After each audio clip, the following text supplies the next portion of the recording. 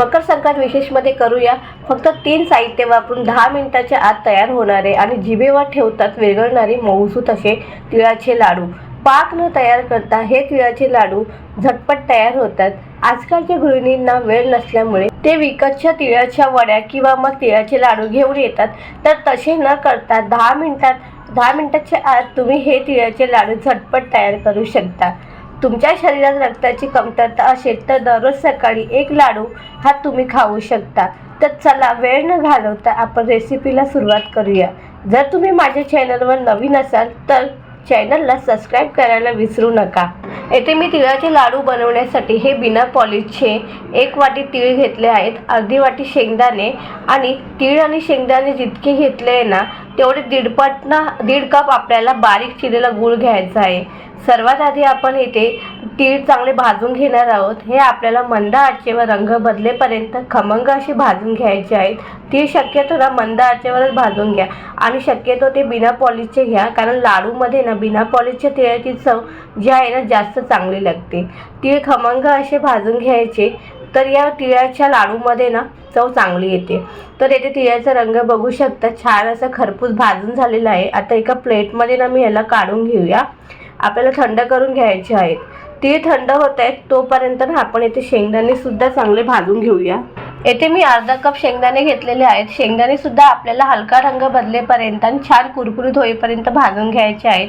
तीळ आणि शेंगदाणे खाल्ल्यामुळे ना आपली पचनक्रिया सुधारते आणि गूळ खाल्ल्याने रक्तवाढीस मदत होते, त्यामुळे हे लाडू खूप पौष्टिक ठरतात। तर येथे शेंगदाणे सुद्धा छान असे आपले भाजून झालेले आहेत।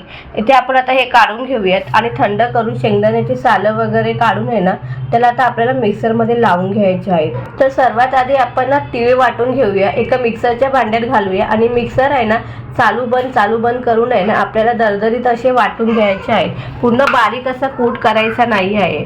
आपल्याला हा कूट थोडासा दरदरीतच ठेवायचा आहे। आता हे वाटलेले तीळ एका ताटात काढून घेऊया।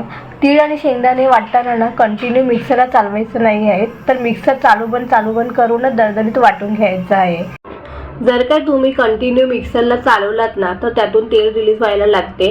आणि आता बघू शकता मी थंड केलेले शेंगदाणे पण ना छान बारीक करून ना ह्यात मिक्स करून घेतले आहे आणि त्यानंतर आहे ना 1.5 कप गूळ पण मी ह्यात बारीक केलेला घातलेला आहे। आणि आता ह्याला पण आपण ना छान असं मिक्स करून आणि पुन्हा मग आपण मिक्सरला फिरवून घेणार आहोत।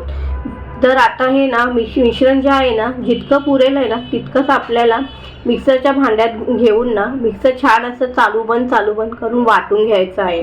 म्हणजे वाटल्यानंतर हे मिश्रण आहे ना थोडंसं ना बारीक होतं आणि हे मिक्सरला लावल्यामुळे काय होतं ना गूळ जो आहे ना आपला छान असा ना तीळ आणि शेंगदाण्यामध्ये मिक्स होतो आणि लाडू आपल्याला छान असे वळले जातात। आता रेडी मिश्रणची बघा मी लाडू करायला मी सुरुवात पण केली आहे।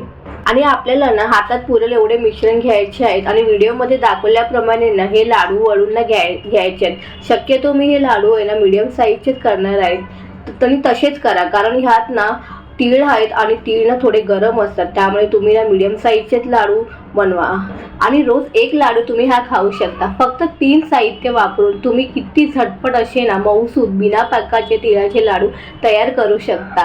पाक वगैरे तयार करण्याची काहीच गरज नाही। तीळ शेंगदाणे भाजून गूळ टाकून झटपट लाडू तयार करा। हे पौष्टिक आणि 10 मिनिटात हे तिळाचे लाडू ना तयार होतात। कितीही अर्जंट काम असेल ना तरी त्या कामामध्ये वेळ काढून हे आपल्याला म्हणजे लाडू तयार करता येतात। तर या मकर संक्रांतीला बाहेरचे चिक्की लाडू न विकत घेता ना आपण झटपट असे 10 मिनिटात तयार लाडू करून घ्या आणि कमेंट करायला ना अजिबात विसरू नका। तर आजचा व्हिडिओ आहे ना तुम्हाला कसा वाटला हे मला नक्की सांगा। भेटूया एका नवीन व्हिडिओ सोबत, तोपर्यंत बाय बाय।